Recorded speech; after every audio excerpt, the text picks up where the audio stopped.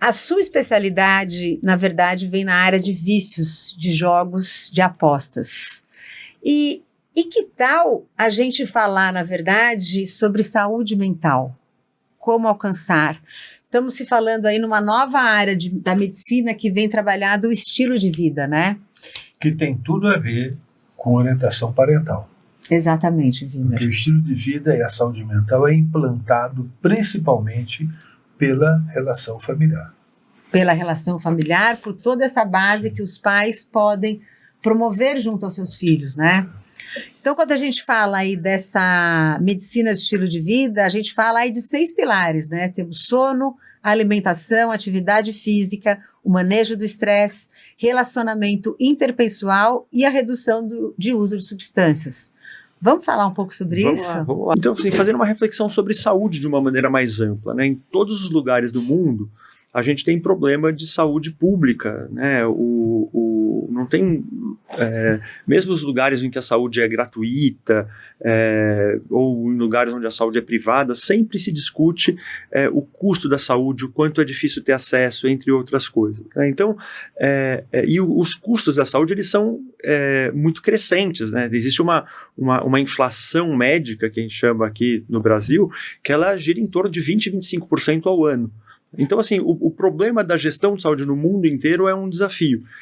Então, cada vez mais se tem pensado em como prevenir ao invés de gastar os recursos no final da linha. Investir na saúde e não em cuidar das doenças. Exatamente. Assim, como que a gente faz para evitar com que a gente tenha que pagar procedimentos caríssimos, né, que seriam evitáveis se a gente estivesse trabalhando em outro nível, em outro âmbito e muito tempo antes. Então, existe uma área, ou como posso dizer, um movimento dentro da saúde chamado medicina do estilo de vida, que trabalham alguns pilares de saúde na intenção de se prevenir e de se cuidar da saúde como um todo, não só lá no final da linha. Então, e essa medicina do estilo de vida, ela tem esses 6 principais pilares, né, que é o cuidado com o sono, o cuidado com a alimentação e a nutrição, a atividade física, né, movimento do corpo, atividade física, o manejo do estresse, a atenção aos relacionamentos, às relações interpessoais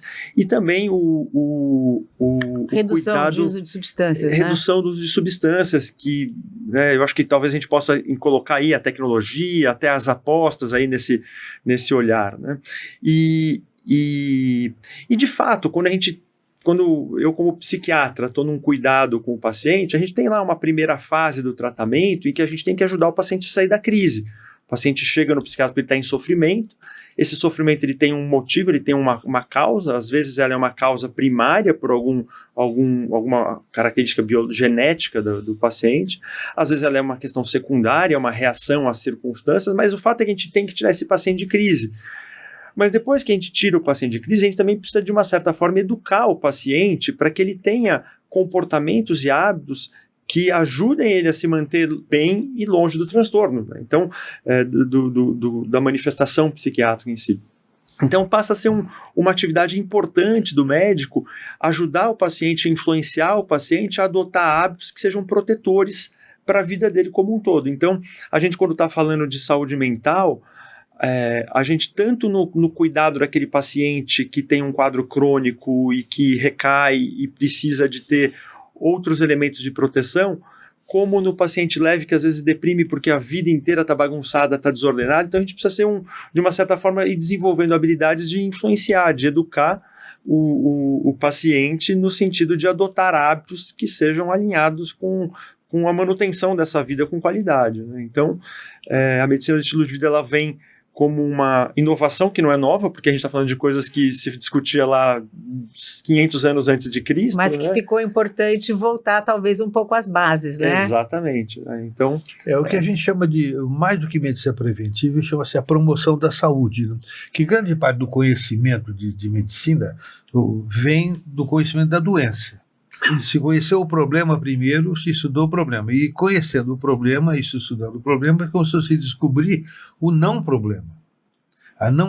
Então o trabalho é a não existência do problema. E é a promoção da saúde e a medicina da felicidade também, né?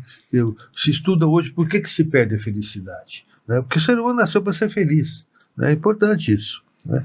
E a promoção da saúde, eu quero enfatizar a importância da parentalidade nisso, que se as crianças crescem com necessidades essenciais resolvidas, elas têm menos possibilidade de desenvolver problemas e maior capacidade de resiliência aos apelos da alimentação, do jogo, os apelos da vida que traz, né? Então ela tem que ter resiliência para isso. E é implantado por principalmente nos 6 primeiros anos de vida.